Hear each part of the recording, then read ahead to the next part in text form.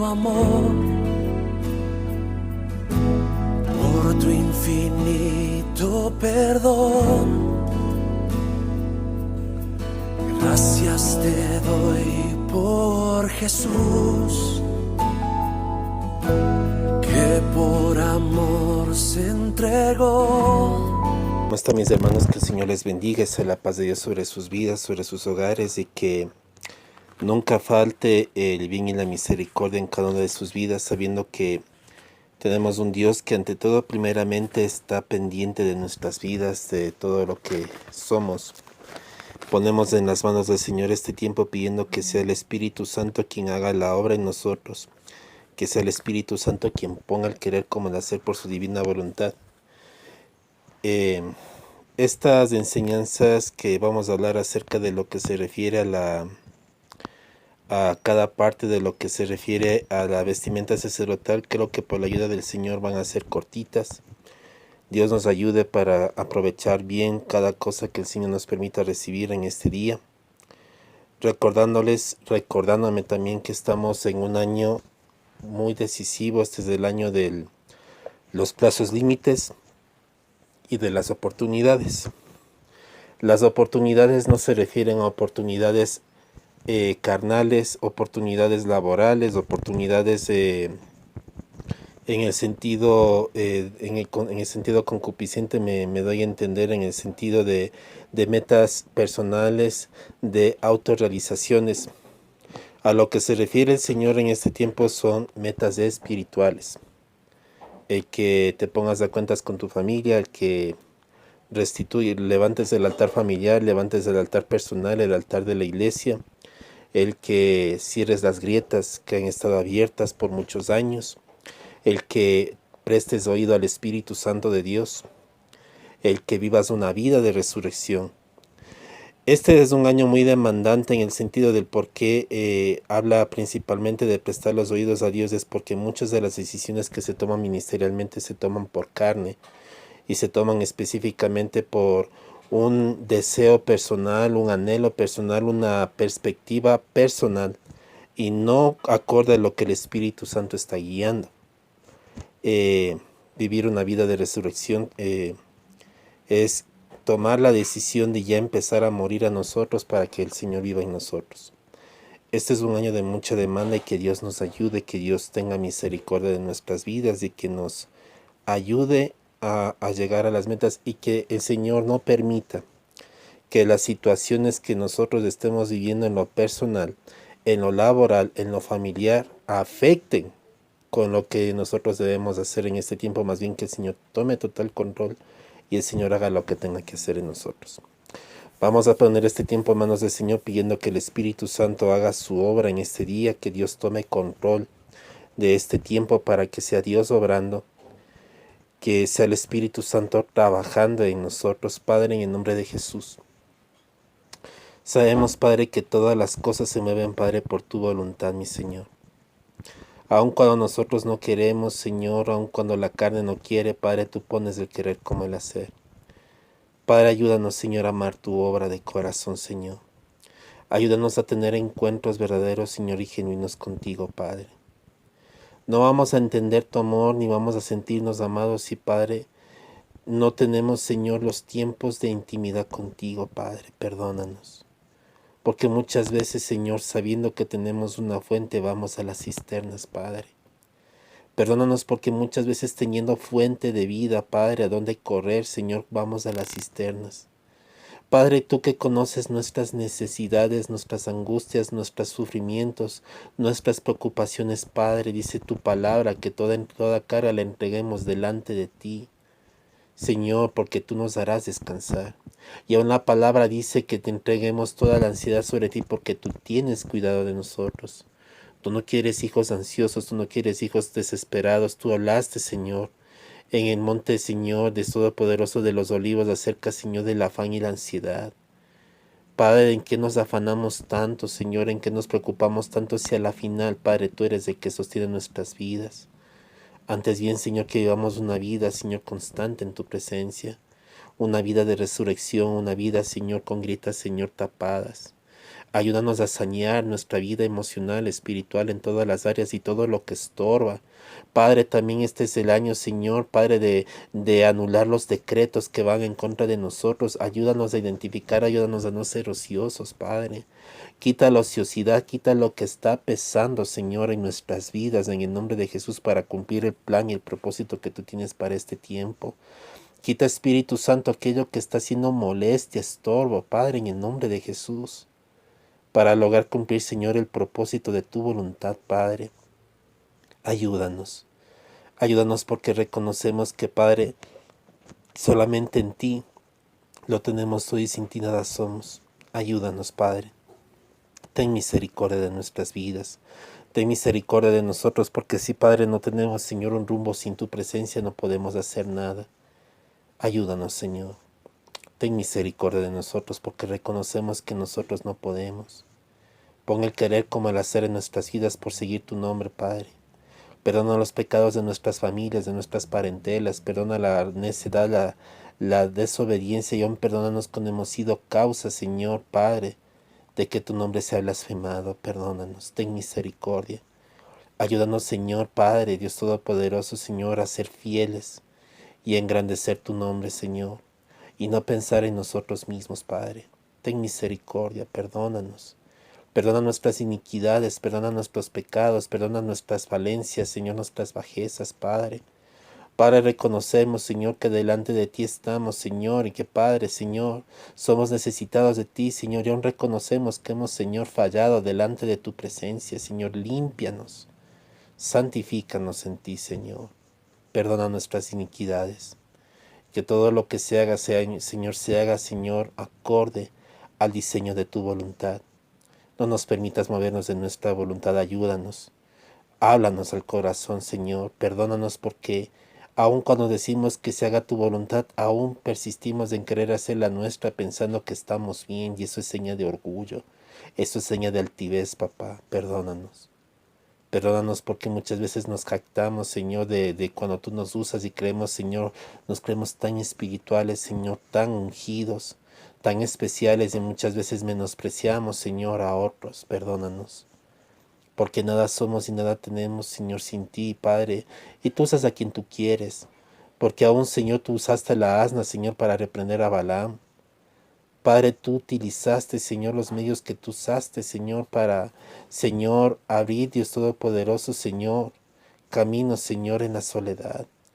Padre, tú utilizaste un niño prácticamente para reprender a un joven, a unos ancianos que se entiende que son sabios y que muchas veces, Señor, que a los ancianos no se les puede corregir.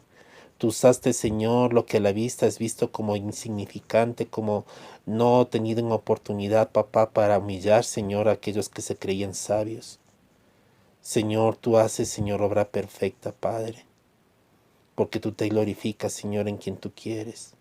Aún, Señor, a los más viles y menospreciables, Señor, tomaste, Señor, para humillar a aquellos que se creen sabios. Señor, logra tu obra en nosotros. Tú tomaste lo peor del mundo, Señor, para avergonzar lo mejor del mundo, Señor.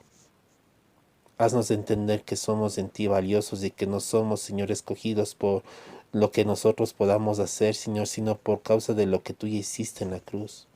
Y que nada nos puede separar de tu amor. Ya estamos sellados en ti, ya estamos salvos. Nadie nos puede separar de tu amor, nadie nos puede quitar la salvación. Pero haznos entender, Señor, que la salvación que nos diste, Señor, con el propósito, Padre, de cumplir, Señor, Padre, con el llamado, Señor, de vivir una vida conforme a la tuya, Padre, en la tierra. Porque el propósito de la salvación, Señor, es traer la imagen y semejanza, Señor, que estaba perdida en el Edén. Ayúdanos, Señor. Ten misericordia. Ten compasión de nuestras vidas, Padre, y haga, Señor, hágase tu voluntad en nosotros. Te lo pido, Padre, en el nombre de Cristo Jesús. Padre, sella este tiempo y que seas, Señor, haciendo tú la obra en nosotros. En el nombre de Cristo Jesús. Amén y amén. Desde ya te pido, Espíritu de Dios, toma mi boca. Que no hable yo, que hables tú, Señor, y que toda palabra que salga de mi boca, Señor, venga de ti. Que no me permitas hablar nada mío, Señor, que sea solo lo tuyo. En el nombre de Jesús. Sea tuya la gloria y la honra, Señor. Amén y amén. Ya hemos visto, mis hermanos, acerca de lo que es el tabernáculo, ya más o menos entendemos el énfasis del tema con respecto a lo que es cada parte. Vemos que muchas partes en el tabernáculo o incluso en las vestiduras se asemejan mucho porque tienen el mismo simbolismo, mis hermanos, sobre todo los colores son los mismos colores, tanto en el tabernáculo como en las vestiduras sacerdotales no cambian los colores y el Señor sabe por qué razón los colores no han cambiado. Ya hemos explicado lo que significa cada color, cada cosa. Hemos hablado acerca de lo que es el atrio, el lugar santo, el lugar santísimo, las especias, las especias para el aceite de la unción y lo que eran las especias que se utilizaban para el incienso. Hemos hablado mucho acerca de que las vestiduras sacerdotales se dividen en 7 partes. Ya hemos hablado de la introducción, ya hemos tocado acerca de los pañales de lino, que son las prendas que son las que no se ven, que son las prendas que no son visibles. Explicamos que en esto también el Señor hace referencia, que Dios hace diferencia entre el mundo y sus hijos. Porque si nosotros volvemos a analizar, mis hermanos, el contexto de lo que hemos estado viendo, parte de lo que se refiere a la enseñanza era para cubrir la desnudez. Y se tomó en cuenta mucho que los sacerdotes de las religiones paganas no tenían nada por debajo de las túnicas, sino que estaban totalmente desnudos. Y de hecho la mayoría de religiones paganas practicaban orgías y practicaban el sexo en una manera, de una manera exagerada con la intención de ofrecer holocaustos o sacrificios. Se practicaba mucho lo que eran las orgías dentro de lo que eran los rituales pagánicos. Por ende los sacerdotes eran gente perversa, era gente eh, que era ligada a eso y sobre todo era gente que no tenía, que no cubría sus desnudeces. El lino representaba, los calzoncillos de lino representaban que específicamente Dios quiere un pueblo que esté santificado en Él, un pueblo que sea santo para la gloria de Él, o sea, un pueblo que se muestre puro. Y los calzoncillos representan esa pureza, o sea, el cubrir la desnudez, el cubrir la desnudez.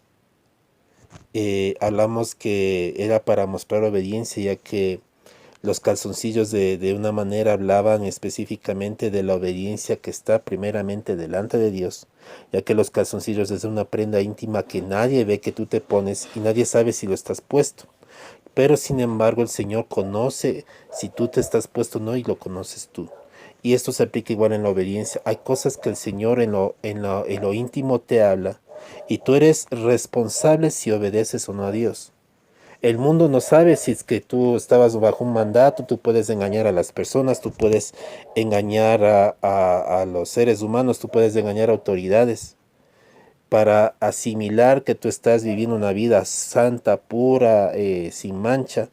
Pero quien conoce tu vida y sabe si estás viviendo una vida de obediencia es Dios. Entonces también tiene esa representación.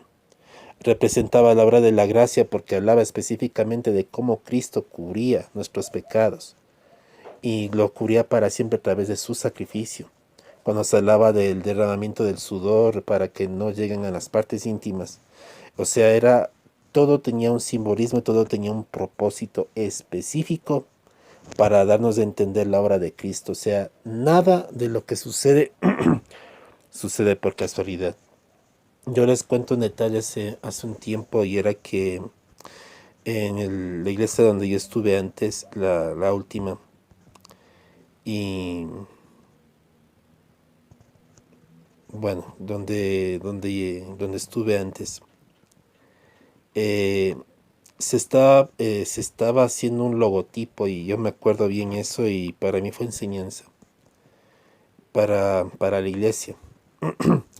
Y yo les digo sinceramente que en ese año el Señor a mí me estaba bendiciendo con cosas que yo en mi vida pensé que iba a hacer. Yo estaba haciendo el modelo de la iglesia porque se iba a ampliar la iglesia. Eh, Tenía una aplicación de diseño de interiores y ya se estaba mirando cómo se iba a ampliar la iglesia. ya estaba más o menos, o sea, definido cómo iba a ser, cómo se iba a estructurar y todo eso. Obviamente no se siguió el diseño que estaba ahí, pero también eso para mí fue una enseñanza porque uno puede tener un diseño mental y decir esto a mí me parece bien, a mí me parece correcto, a mí me parece que está muy bien este diseño, pero otra cosa es qué es el Señor lo que te está diciendo. Tú puedes tener un diseño y digo yo quiero este diseño porque este diseño me parece bien y puede ser una representación espiritual de lo que yo quiero mostrar y le puede agradar a Dios porque es algo que yo quiero que con esto Dios se agrade, pero sin embargo esa puede ser tu idea, pero no la de Dios. Y aunque tú tengas una buena intención, Dios no se va a agradar si tú no le preguntas primero a Él. Yo no me he de olvidar, mis hermanos, cuando el pastor Adamés hizo mención del templo que ahora tienen en Poughkeepsie, porque ahora la mayoría de gente que conoce, la mayoría de pastores conocen la iglesia del Bronx, y porque mira mucho las prédicas en Asoma Visión y por ende son prédicas antiguas, son prédicas de casi más de 10 años, donde está reflejado lo que es en la iglesia del Bronx. Sin embargo, el Señor bendijo esta iglesia como una iglesia mucho más grande. Tienen las dos iglesias. El propósito es específicamente a través de esas dos iglesias que el pueblo no quede sin congregarse. Entonces, el Señor les bendijo con esta bendición de tener una iglesia mucho más grande y pura coincidencia, y no digo coincidencia porque con Dios no hay coincidencias. La iglesia tenía forma de llave. La iglesia tenía una forma de llave. Dios ya la tenía lista con los diseños y con todas las cosas. Los pastores que en ese tiempo hicieron no pensaron en ese diseño, simplemente lo hicieron, pero ya Dios tenía lista esa iglesia para el siervo de esa casa porque había una visión de llaves. Había una visión específica de llaves. Y justo el modelo de la iglesia que el Señor les dio era en forma de llaves. Y retomando nuevamente esto de lo que a mí me pasó, yo recuerdo que se estaba queriendo hacer el logo de la iglesia y había otro hermano aparte de mí que estábamos haciendo el logo que, que estábamos viendo el tipo de diseño más o menos como la sierva en esa casa quería, más o menos yo estaba pensando en un logo bueno, pero justo la pastora me había enseñado el logo de la iglesia que ya había hecho la otra persona, eh, eh, el otro siervo. Y parecía un diseño sencillo. Entonces la pastora dijo, es este el diseño. Entonces lo que yo quería hacer era mejorar ese diseño y quería, porque el diseño era unas manos que estaban así y en las manos había una llama, pero la llama tenía una forma de león. Ahora, el varón que descargó la llama no sabía, no se dio cuenta que tenía forma de león. No estaba ni siquiera percibido que tenía forma de león. La pastora me hizo caer eso en cuenta. Entonces, yo quise mejorar el diseño, hacer un león de fuego y todas esas cosas, poner el mundo y hacer tanta cosa. Y el modelo, les digo sinceramente, a la vista estaba mucho más bonito que el que tenía ese. Pero dijo, ese modelo no es. Es este que trajo el hermano. Es este justamente. Es este. El Señor dice que es este. Tú puedes hacer las cosas más bonitas a tu parecer y tener una idea clara y puede ser que le agrade a la mayoría. Pero tienes que poner en cuenta si primeramente le agrada a Dios. Si eso es lo que Dios te ha pedido. Para mí fue una tremenda enseñanza y ver eso y pasar eso me hace tener en cuenta de que cuando Dios quiere algo hacer, tú tienes que tener el oído atento de saber si lo que tú tienes en tu corazón hacer para Dios es para Dios. A mí me llamó mucho la atención la escritura y me estoy saliendo un poquito del estudio, tal vez para hacer un poquito de tiempo, porque el estudio va a ser corto. Lo que a mí me llamó mucho la atención, mis hermanos, con respecto a la escritura con David. David era un siervo de Dios, amaba a Dios y estaba tan enamorado del Señor que él estaba dispuesto a hacer locuras por él. En una de esas locuras, David tenía en su corazón hacer el templo de Dios. Y él decía, ¿cómo es justo que yo vivo en un palacio, en una casa enorme? Que estoy viviendo en una casa grande, con todos los lujos. Y la casa de Dios, el templo de Dios, mi Dios está habitando en una tienda de tela. Eso no debe ser así. Mi Dios debiera estar en una casa mejor que la mía porque Él es Dios. Porque Él se merece toda la gloria, Él merece más gloria que yo.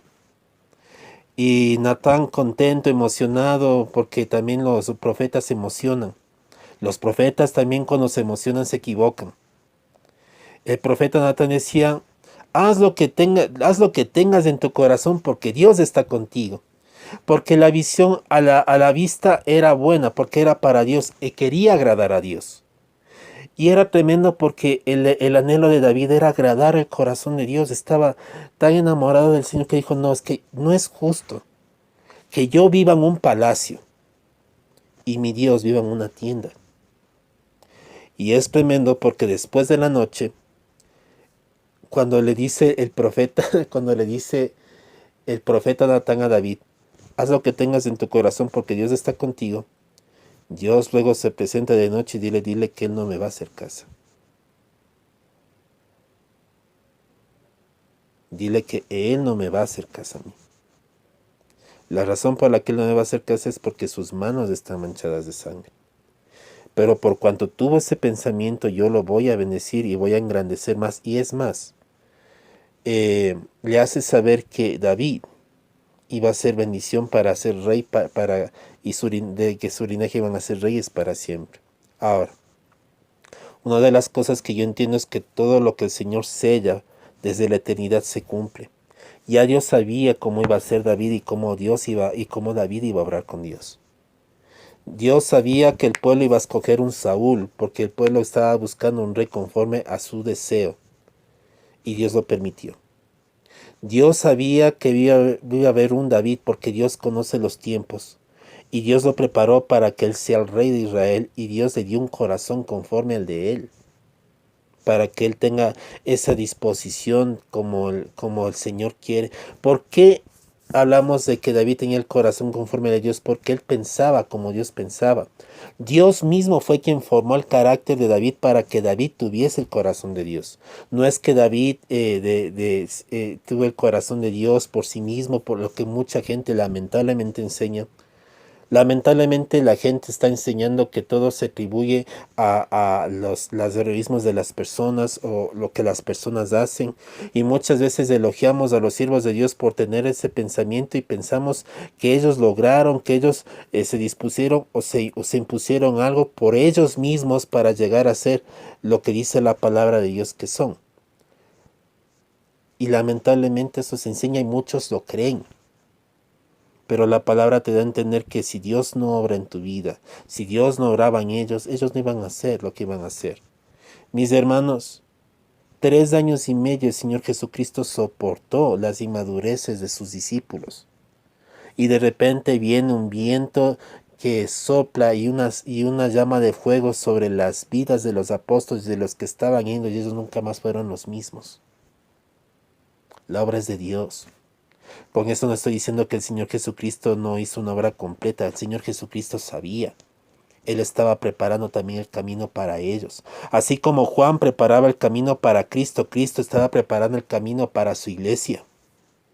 A través de su muerte y de su resurrección. Y a través de los 3 años que él estuvo con sus discípulos y con el pueblo de Israel. Él estaba preparando el camino para la iglesia.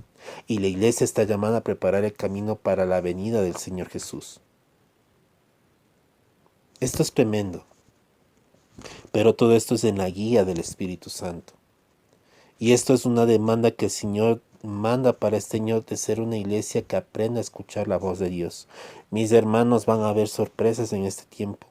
Mucho pueblo que está escogiendo por querer ser grandes, por querer ser vistos, para que se note la unción, para que se note lo que tienen, van a ser avergonzados. Mis hermanos, este es un tiempo donde muchos van a ser desenmascarados. Y el Señor en este tiempo está dando una oportunidad para que el pueblo se vuelva, porque después va a venir cosas, mis hermanos.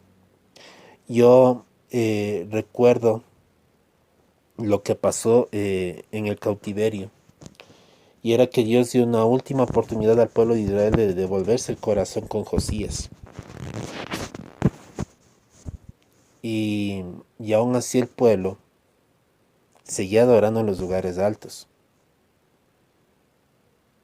Y como el Señor ya vio el corazón, dijo, no, hasta aquí nomás. Pero como yo le dije a Josías que hasta el día de su muerte él no vería todo lo que iba a ver, entonces corta la vida de Josías y empieza el juicio. Mis hermanos,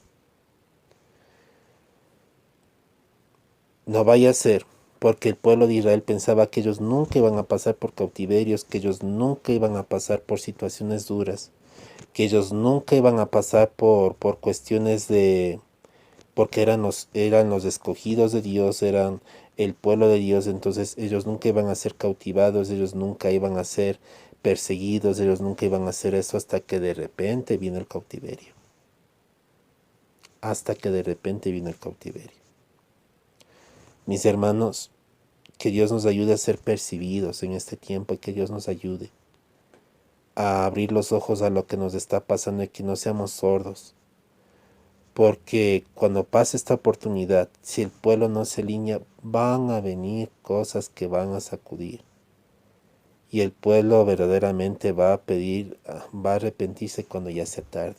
Y no estoy hablando de perder la salvación. Dios permitió el cautiverio con Israel, pero no dejó a Israel cautiva para siempre. No dejó a Israel cautiva para siempre. La trajo en el tiempo específico, en la hora, en el día y la hora específicas para que se cumpla la palabra y el pueblo nunca más volvió a ser el mismo. Hoy el Señor te está dando la oportunidad, nos está dando la oportunidad de alinear las cosas, porque después puede ser que aunque te venga esa oportunidad, no tengas otra oportunidad con esta, y que vengan cosas que el Señor te tenga que sacudir para que entiendas y verdaderamente valores la presencia del Señor cuando tengas que perder algo que no vas a querer perder. Así que aprovecha el tiempo, aprovechemos el tiempo delante del Señor. Esto para mi vida, que Dios me ayude, que Dios tenga de mí misericordia, que tenga misericordia de nosotros, para aprovechar el tiempo. Mis hermanos, hoy vamos a ver acerca de la túnica bordada de lino fino. Eso vamos a encontrar en el libro de Éxodo 28 del 39-40, el capítulo 39-27 y Levítico 8-13, acerca de lo que es la túnica bordada de lino fino. Ahora, esto que vamos a ver va a ser bastante pronto, bastante breve, mis hermanos. Ya prácticamente el tema va a durar como 3 minutos. Parte del texto que habla de esta prenda dice: y para los hijos de Aarón harás túnicas, y estas sobre Aarón y sus hijos. Este pasaje nos dice que el sumo sacerdote Aarón y sus hijos son representantes en figura de Cristo y la iglesia, cuando habla de las túnicas, en el poder de una sola justicia divina y eterna. ¿Qué describe espiritualmente esta prenda sagrada? A ver, antes de entrar en este tema, hay una cuestión que a mí me llamó la atención con respecto a esta vestimenta cuando habla de túnicas. Y una cosa que a mí me llamó mucho la atención es en el Edén. Dice la palabra que Adán y Eva estaban desnudos y no se avergonzaban. ¿Por qué? Porque ellos estaban vestidos de Cristo, estaban vestidos de la gloria de Dios. Ahora, yo recuerdo que hay un programa que daban en Asoma Visión acerca de unos títeres, del tío Alberto y la tía Paula, creo que era, no me acuerdo el nombre de esto, pero eran historias contadas a través de títeres, pero era con un aspecto más serio. Y a mí me llamaba la atención que cuando hablaban del huerto del Edén, cuando Dios creó a Adán y a Eva, los dos estaban con túnicas que representaban la imagen y semejanza de Dios. Entonces, Cuando Adán y Eva pecaron y comieron del árbol de la ciencia del bien y del mal, inmediatamente las túnicas desaparecieron y quedaron desnudos. Cuando nosotros lleguemos a la presencia de Dios, mis hermanos, vamos a estar con vestimentas nuevas, con túnicas nuevas. De hecho, la mayoría de dibujos y de cosas que nosotros miramos, mis hermanos, y esto me llama mucho la atención, que cuando tú miras cuadros, cuando tú miras, por ejemplo, pinturas, tú miras a un pueblo vestido con túnicas, cuando ya están en la presencia del Señor vestidos con túnicas. Y los que van a condenación totalmente desnudos, haciendo referencia de lo que representa la túnica, que es la vestimenta, que es la imagen y semejanza de Dios, que en este caso es Cristo. Cristo vino a recuperar la imagen y semejanza que se perdió en el Edén. Otra enseñanza, y yo también pensaba en esa enseñanza antes, ahora sé que no es, pero muchos creen que todavía esa enseñanza es que el hombre tiene la imagen y semejanza, aún así no sea salvo, que tiene la imagen y semejanza de Dios. Sin embargo, el Señor te da a entender que la imagen y semejanza que Dios que tenía el hombre en Dios la perdió en el Edén. Y Cristo vino a recuperar en sí la imagen y semejanza de Dios. Él es la imagen y semejanza de Dios. El tener a Cristo es tener la imagen y semejanza de Dios. El que no tiene a Cristo no tiene ni su imagen ni su semejanza. Entonces tiene mucho que ver esto. Me llamó la atención esta escritura y tenía en mi corazón decirlo. Y es bueno que entendamos esto, porque debemos entender con qué nos está vistiendo el Señor. Con qué vestimentas del Padre nos está vistiendo. ¿Qué descubre espiritualmente esta prenda sagrada? Describe primeramente la salvación de Cristo. La palabra túnica en hebreo significa cubrir o esconder, y se usa en el libro de Génesis 3:21. La palabra del Señor la leemos en el nombre del Padre, del Hijo y con la unción del Espíritu Santo, y dice: y Jehová Dios hizo al hombre y a su mujer túnicas de pieles y los vistió. Nosotros sabemos que en el Edén Adán y Eva habían pecado contra el Señor, y que fruto de lo que ellos pecaron, entonces ellos se dieron cuenta que estaban desnudos. Dios los echa del Edén, pero dice la palabra del Señor que Él sacrifica 2 animales con 2 intenciones.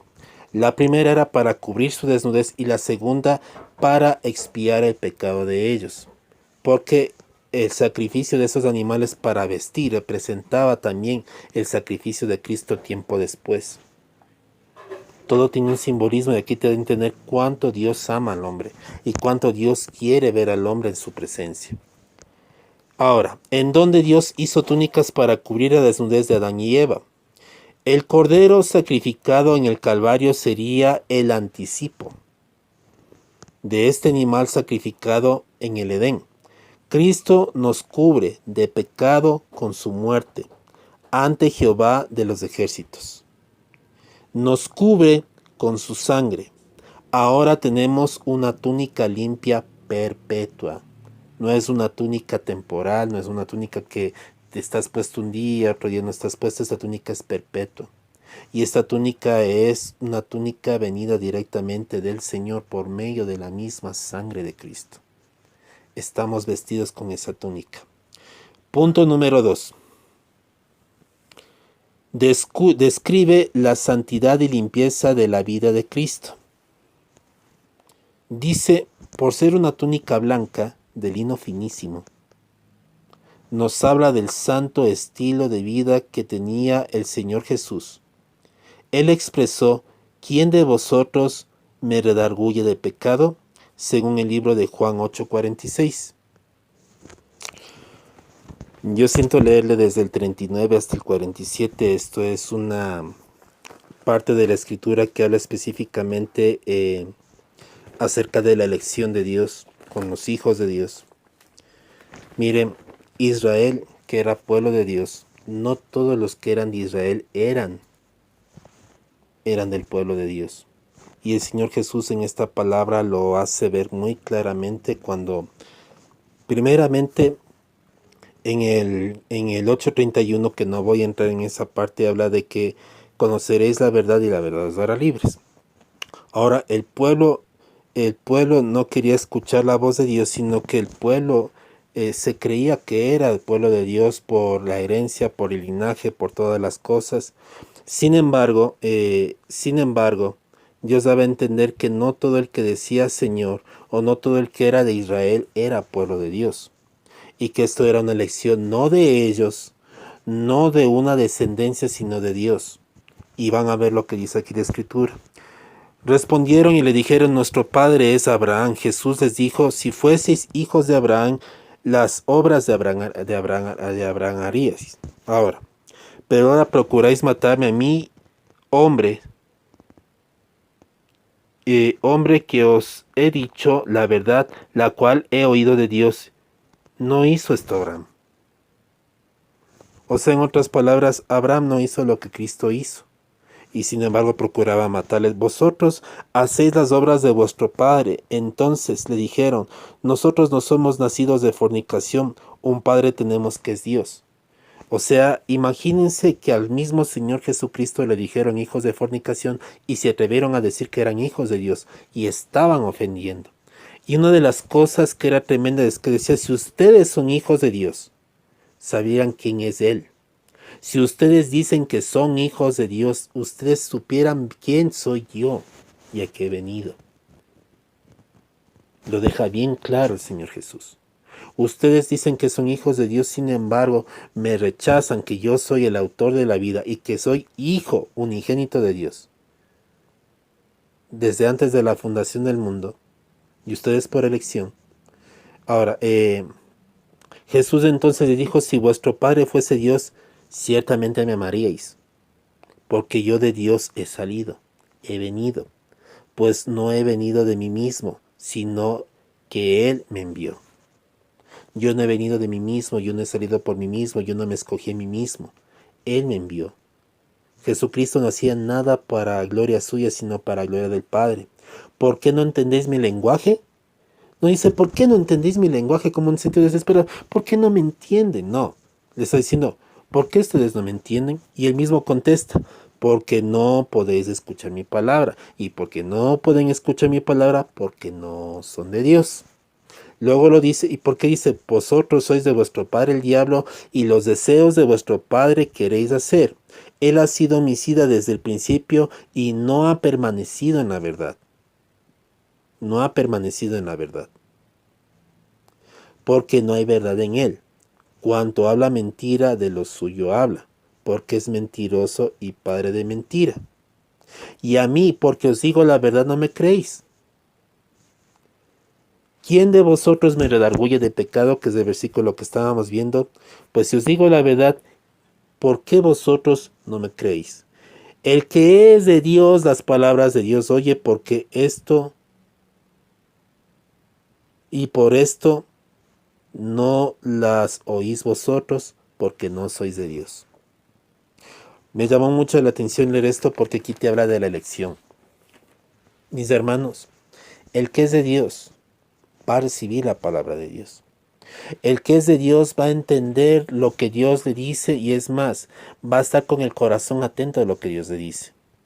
Aun cuando la carne misma se quiera rebelar en contra de la presencia del Señor y te quieras poner duro, como quiera el Espíritu te redarguye. Eso es una señal que eres un nacido de Dios y que perteneces a Dios. Tienes un espíritu que te redarguye de escuchar la palabra, de estar atento, de oír la bendita palabra del Señor. Tienes un corazón que está atento a las palabras de Jesucristo y sabes por revelación del Espíritu Santo quién es Cristo, quién es el Padre, quién es el Espíritu Santo, y por ende también por revelación entiendes quiénes son los siervos que el Señor ha puesto para tu vida y quiénes son los que están alrededor. Porque también el Señor dice, no todo el que dice Señor, Señor entrará en el reino de los cielos. Muchos pensamos que porque estamos en una iglesia, porque estamos en un lugar, porque estamos en esto, somos hijos. Ya estamos aceptos. Mucha gente piensa que porque está en un ministerio, porque tiene un don espiritual, porque fluyen los dones espirituales, ya está agradado con Dios. Y la palabra, mis hermanos, te da a entender que no son las cosas así, sino que Dios es agradado con aquellos que son como Él. Y en eso que Dios nos ayuda a tener su carácter. Sin embargo, eso no quiere decir que tú no tengas salvación, que tú no tengas aceptación de Dios. Hay una esperanza de lo que la palabra dice, que la obra que Él empezó nosotros a perfeccionar hasta la venida de Cristo. Y los hijos que se van terminan volviendo porque son de Dios, mis hermanos. El hijo pródigo volvió porque era hijo. El que no es hijo no vuelve. Los hijos que son genuinos de Dios, tarde que temprano van a volver, porque son de Dios. Esto no es cuestión de que si tú decides o no, que si te alejas y te pierdes como muchos enseñan, no es así, mis hermanos. El que verdaderamente es hijo de Dios regresa a Dios. El que no, no. Ahora, ¿por qué el Señor Jesucristo dice, ¿quién me redarguye a mí de pecado? En otras palabras, ¿quién me puede decir a mí que yo estoy en pecado? Yo soy el perfecto. Es lo que dice en otras palabras. Sin embargo, tenía en mi corazón leer estas escrituras porque quité al específico de la elección. El que es de Dios, mis hermanos, va a volver a Dios. El que es de Dios tiene la túnica de Dios. El que no es de Dios no está vestido de Dios porque no es de Él. Dios no va a entregar a otra persona algo que es suyo, a menos que Él tenga en su corazón darlo, a menos que sea su hijo. Dios no va a entregar a un extraño algo que le pertenece por herencia a un hijo. Mis hermanos, Dios viste a sus hijos. Aunque Dios es bueno en cuidar a toda la humanidad, porque la palabra dice que aún el sol, el aire que respiramos lo hizo Dios.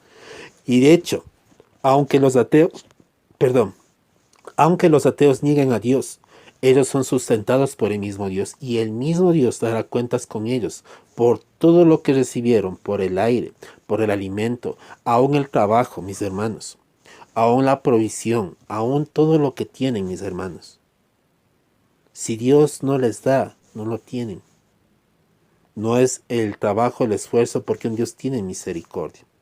Yo aprendí por una escritura que la bendición que muchas de estas personas tienen y son bendecidas, mis hermanos, tiene que ver porque han tenido ascendientes que han sido gente de fe, gente del Espíritu Santo, y la bendición traspasa las generaciones. Y por eso son bendecidos. Muchos no creen en el Señor. Muchos no aman a Dios. Y por ende la palabra deja entender, no tanto por las obras humanas, porque nosotros queremos decir que amamos a Dios por lo que nosotros podamos hacer. No, mis hermanos. El amor es un fruto del Espíritu Santo, no es un fruto tuyo. Y es necesario que entendamos que eso ya está sembrando en tu vida, pero tienes que activarlo en Cristo. Tú tienes que estar en intimidad para que eso fluya. Porque eso no va a crecer mientras tú no estés en intimidad con Dios. Como quiera, Dios va a lograr sobre en tu vida porque tú eres un hijo de Dios. Porque tú tienes sello de parte de Dios, como dice en Efesios, las aras, la garantía de que tú tienes herencia con Dios. Y que fuiste predestinado antes de la fundación del mundo. Que mucha gente piensa que la predestinación no existe. Mis hermanos, predestinados quiere decir con destino anticipado. Miren la importancia, mis hermanos, lo que se refiere incluso a las túnicas. Porque al tocar este tema, cuando hablaba de que, cuando les decía a los israelitas son hijos del diablo, no es que porque hacen esto tú le vas a decir, porque tú no quieres convertirte, cuando yo quiero que te conviertas tú eres un hijo del diablo, no. Son hijos del diablo sencillamente porque nunca estuvieron en el propósito de Dios. Porque no eran del Padre. El mismo Señor Jesucristo más adelante, cuando habla del pan de vida, dijo, estos no son del Padre. Por eso no escuchan la voz de Dios. Por eso no escuchan a Jesús. Porque simplemente no son de Dios. Y por eso muchos apartan y por eso muchos quisieron matarle. Porque no conocieron al Hijo. Y como no conocieron al Hijo, no eran del Padre. Por eso mismo Señor Jesucristo diga, si ustedes son hijos de Dios, como ustedes dicen, me amarán porque yo vengo de Dios. ¿Y por qué lo dijo de esta manera? No por arrogancia, no por soberbia, sino porque los que son de Dios saben y conocen quién es de Dios y quién no. Así de sencillo. Y que Dios nos ayude en eso, a entender las cosas, a no discernir por nuestros pensamientos, nuestros argumentos, por nuestros razonamientos, sino por lo que el Espíritu Santo diga. Porque muchas veces tropezamos en creernos que con nuestra mente, nuestros pensamientos podemos hacer las cosas. Señor sabrá por qué me desvío aquí. Ahora, Todo esto también tiene que ver con la túnica, porque Dios viste a los que son suyos. Y aquí también se muestra la diferencia, lo que les dije al comienzo, de las personas que estaban en el cielo con las túnicas que representan la misma imagen y semejanza de Dios, en otras palabras Cristo, y los que están en el infierno desnudos. Porque la mayoría incluso, y a mí me llama mucho la atención que la mayoría de pinturas, que tú miras gente en el infierno, miras gente desnuda. Y cuando tú miras gente en el cielo, tú miras gente con túnicas. Y yo entiendo por el Espíritu que esto se refiere mucho a las vestiduras espirituales que Dios nos va a entregar en el tiempo que estemos arriba, que son túnicas.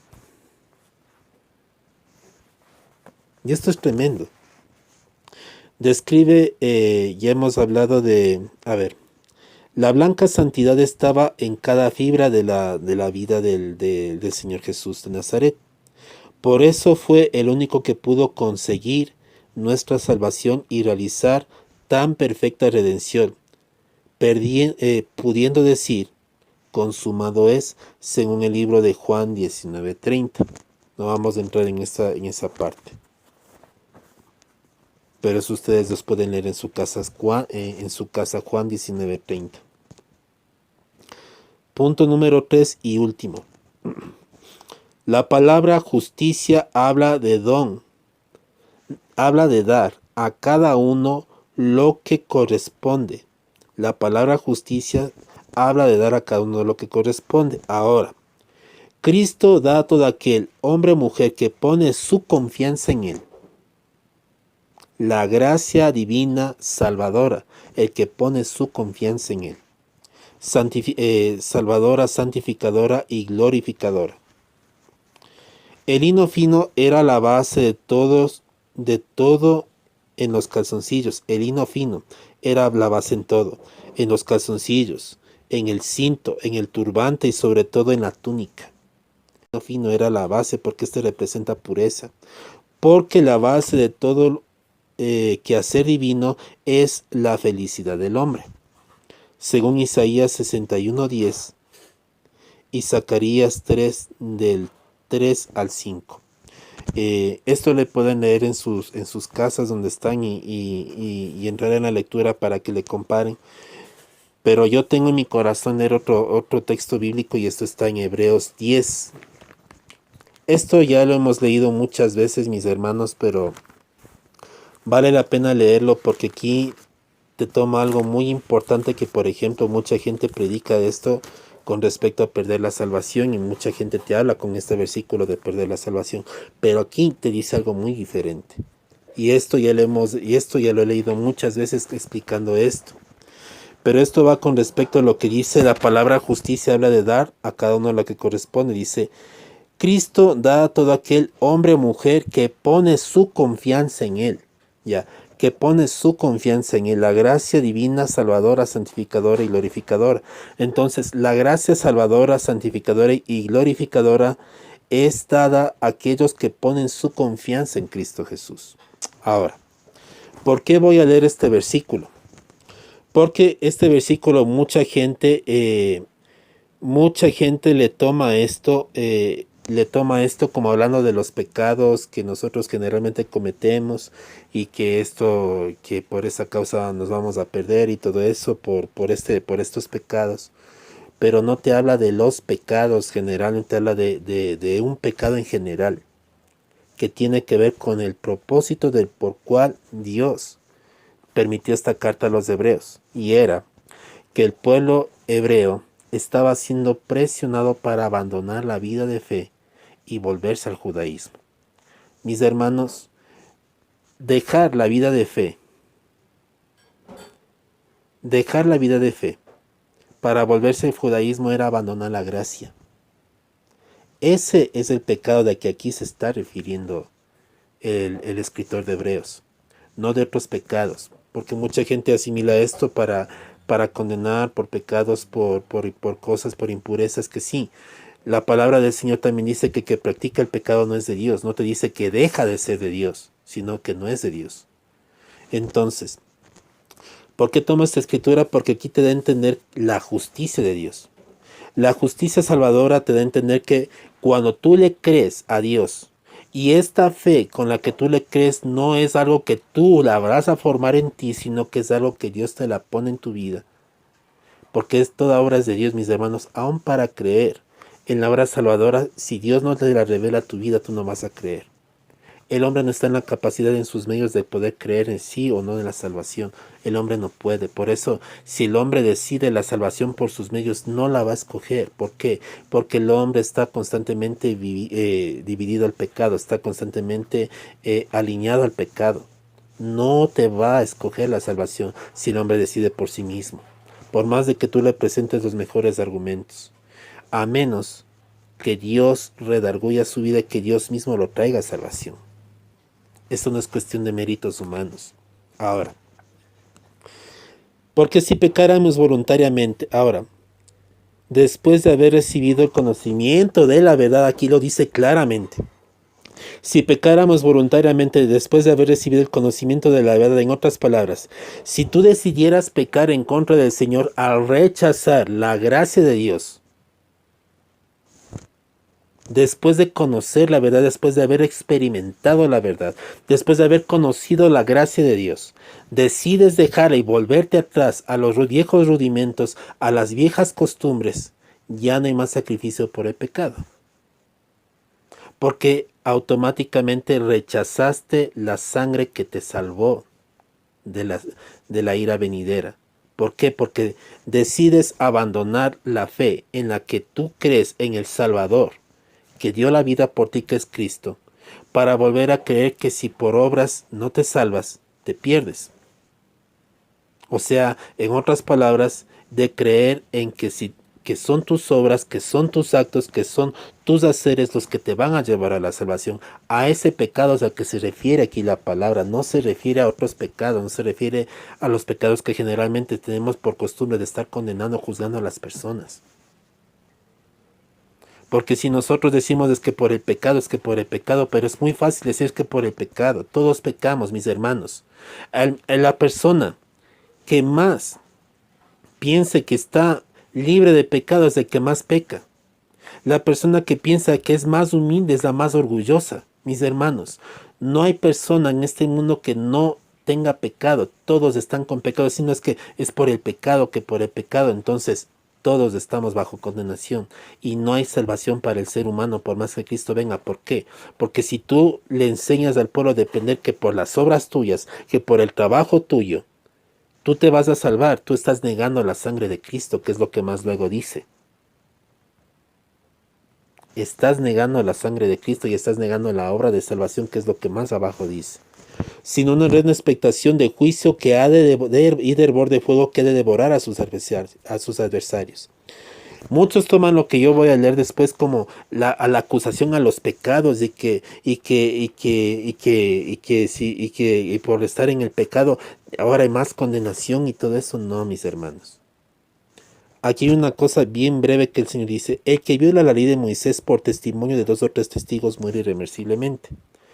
En el tiempo antiguo, mis hermanos, cuando una persona violaba la ley de Dios era digno de muerte. De hecho, mataban a la persona. Eso que les voy a leer ahorita lo vamos a ver luego en los estudios con respecto a lo que es Israel en el desierto.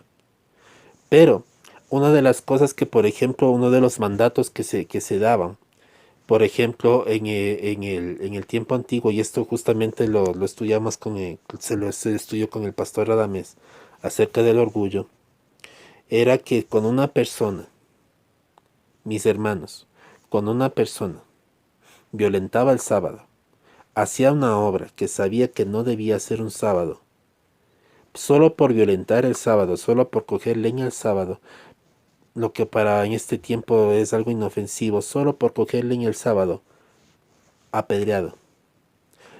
Si un hijo, escúchenme bien, si el hijo le falta el respeto al papá y aún con la disciplina le sigue faltando el respeto, le levanta la voz, es rebelde con el hijo, es desobediente con el hijo, por más que lo castigue. Mis hermanos, cuando el hijo es rebelde por más castigo que recibe y no quiere sujetarse a los padres, apedreado, muere irreversiblemente. Y mis hermanos, El Señor Jesucristo más adelante dice que si una persona adultera, si una persona mira con codicia a una mujer y adulteró en el corazón, con lo que tú sales a la calle, y por más que tú digas, no es que yo no les miro, es que yo no soy un pecador que no los miras, hay que ser sinceros delante del Señor y no estar cayendo en lo que es en la hipocresía. Y no estoy diciendo que eso serás tú, y me imagino cómo será el juicio de los hombres, mis hermanos. En el tiempo que nosotros estamos viviendo, donde las mujeres ahora se exhiben más, donde prácticamente lo sexual es algo que se está poniendo de moda, si bien no es lo tuyo, si bien no es la tentación tuya, es para otras personas una batalla. Para ti puede ser lidiar con un vicio, puede ser lidiar con tu carácter, puede ser lidiar con alguna situación diferente, mis hermanos, que no necesariamente es sexo, no necesariamente es alguna otra cosa, pero estamos en un mundo tan expuesto, mis hermanos, que queramos o no, estamos expuestos a hacer lo malo, consciente o inconscientemente. Por eso incluso yo decía que si tú le juzgas no es que por el pecado, entonces ninguno se salva. ¿Por qué? Porque todos, tarde que temprano, vamos a cometer infracción delante del Señor. Claro, el Señor nos guarda de cometer pecado por rebeldía, porque ahí sí hay una mano del Señor que sí va a caer. Es diferente cuando tú cometes un pecado por desconocimiento, por debilidad. Pero aquí hay una cuestión que también el Señor te desencadena. Y no porque digo que es debilidad, es que vas a poner de pretexto es que soy débil y vas a seguir pecando. Eso no es debilidad, eso es rebeldía. Eso es rebeldía.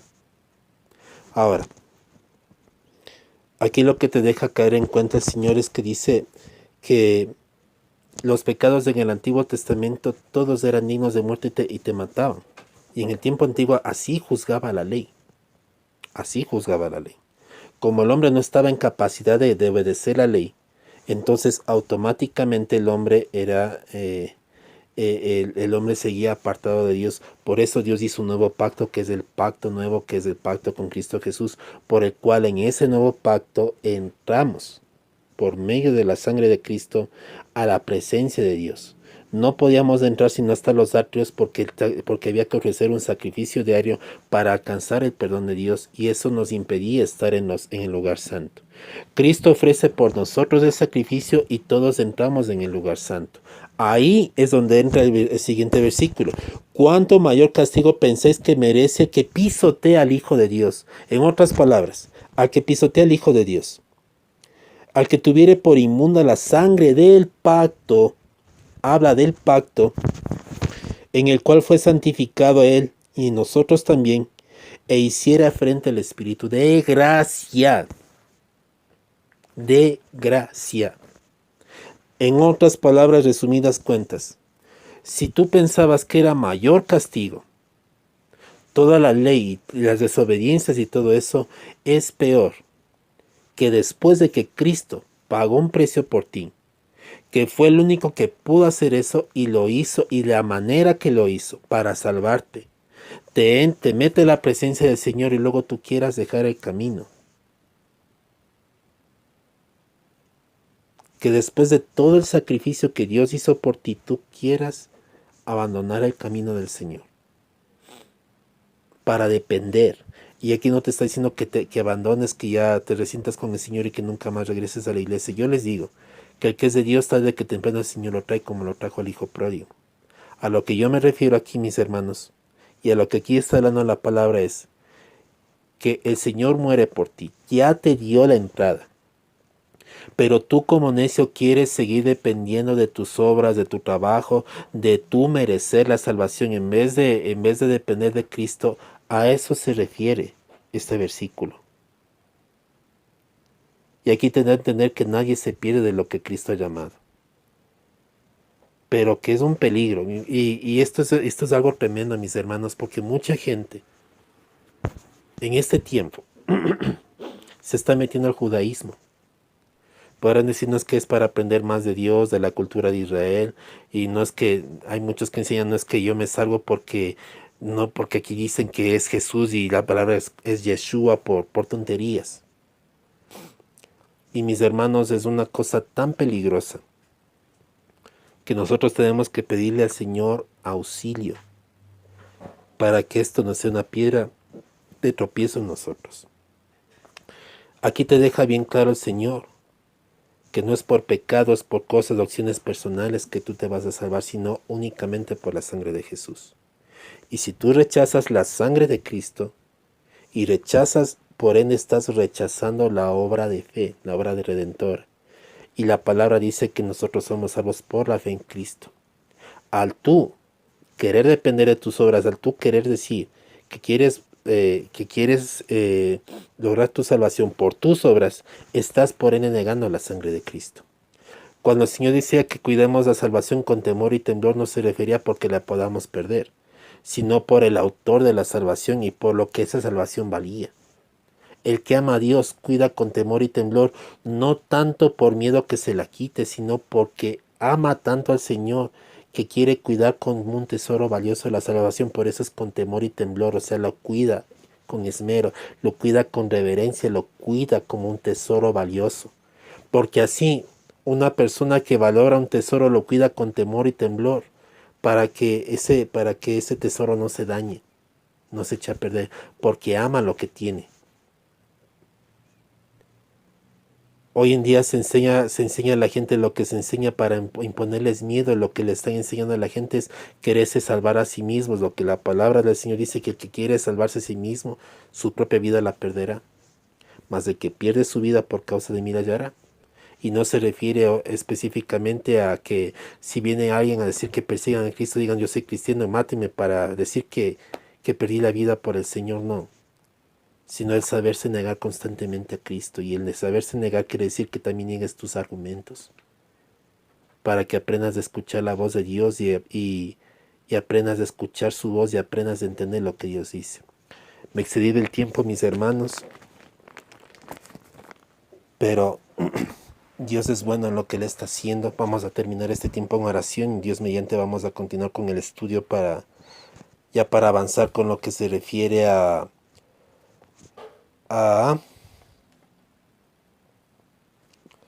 lo que se refiere a la siguiente parte. Y hay una partecita que yo me olvidé de leer y vamos a cerrar con esto. La síntesis, en síntesis, para terminar esta parte, en síntesis la túnica describe la salvación. En síntesis, la túnica describe la salvación, santidad y justicia de Cristo. Bendito por los siglos, que se cumpla en nosotros aquella palabra profética, y a ella se le ha concedido que se vista de vestido fino, dice, y no solo que se cumpla, se va a cumplir, mis hermanos. Y a ella se le ha concedido que se vista de lino fino, limpio y resplandeciente. Esto hasta lo cantamos. Apocalipsis 9:18. Y esta promesa va a pasar con la iglesia de Dios. Cuando nosotros entremos ya en la parte de la última dispensación, vamos a ver una promesa sumamente hermosa de parte del Señor para con la iglesia, si el Señor lo permite. Ya como estamos avanzados del tiempo, entonces vamos a dejar hasta ahí. Vamos a terminar con oración. Padre, en el nombre de Jesús. Tú eres bueno, Señor, y para siempre es tu misericordia. Padre, nada tenemos sin tu presencia y nada somos sin ti, Señor. Tú eres el que conoce más, Señor, que todas nuestras vidas y conoce, Señor, las intenciones de nuestro corazón, Padre. Así como te pedimos que nos vistas de esos calzoncillos, Señor, te pedimos vístenos también de tu túnica, Señor. Trae santidad a nuestras vidas, Señor. Revístenos, Señor, de tu salvación todos los días. Haznos recordar, Señor, quiénes somos, a dónde vamos, Padre. Los que son tuyos, Señor, tu palabra oyen. Los que son tuyos escuchan tu voz, Señor, de la gloria. El Señor Jesucristo dice, los que son de la verdad oyen mi voz. Padre, nosotros somos bienaventurados porque somos de la verdad, Padre. Ayúdanos a andar en la verdad. Ayúdanos a caminar en la verdad, porque también, Señor, el vestir la túnica es vestirse de la verdad de Jesucristo. Padre de los cielos, cuando les dijo el Señor Jesucristo, vosotros sois de vuestro padre el diablo, Señor. Tú les estabas diciendo, ustedes prefieren creer en la mentira y en el engaño de Satanás y quieren taparse los ojos pensando que sus religiones, que sus cosas, que sus adeptos y todo lo que ustedes practican los van a salvar, y se engañen. Pero todo aquel que escuche mi voz escucha la verdad de Dios. Y aquel que es de Dios va a escuchar mi voz porque es de Dios, porque yo soy de Dios. El que es de Dios escucha la voz de Dios. Padre, y eso muestra, Señor, que estamos revestidos de ti, Señor. Padre, gracias por revestirnos de ti. Ayúdanos a andar conforme hemos sido vestidos. Porque si una persona está, Señor, con el mejor terno, con el mejor traje, no va, Señor, a hacer cosas indebidas. Señor, dando que pensar, Señor, que Padre va a andar adecuadamente. Padre, que entendamos de que estamos revestidos. Ayúdanos, Señor, en el nombre de Jesús. Sella esta palabra, Señor, con poder y autoridad en cada uno de tus hijos, Señor, en mi vida, Padre, que se vuelva una realidad. Ayúdanos, Señor, a ser, Padre, responsables con lo que tú nos has dado, Señor. A vivir este tiempo de oportunidad, mi Señor, y a percibir las oportunidades en Cristo Jesús que recibimos, Señor. Ayúdanos a escuchar tu voz, ayúdanos a cerrar las grietas, ayúdanos a vivir esa vida de resurrección, ayúdanos, Padre, a poner fin a todo decreto que se ha levantado en contra de nuestras vidas. Recibe la gloria, recibe el honor y la alabanza en el nombre de Cristo Jesús. Amén y amén. Dios bendiga tu vida, te bendiga tu hogar y que tú mires la gloria de Dios en todas las cosas. Estamos despedidos, mis hermanos. Dios te bendiga y te guarde, haga resplandecer el rostro sobre tu vida, tenga de ti misericordia, ilumine tu rostro y te dé paz. Que Dios te bendiga y te dé la victoria en Cristo Jesús. Amén.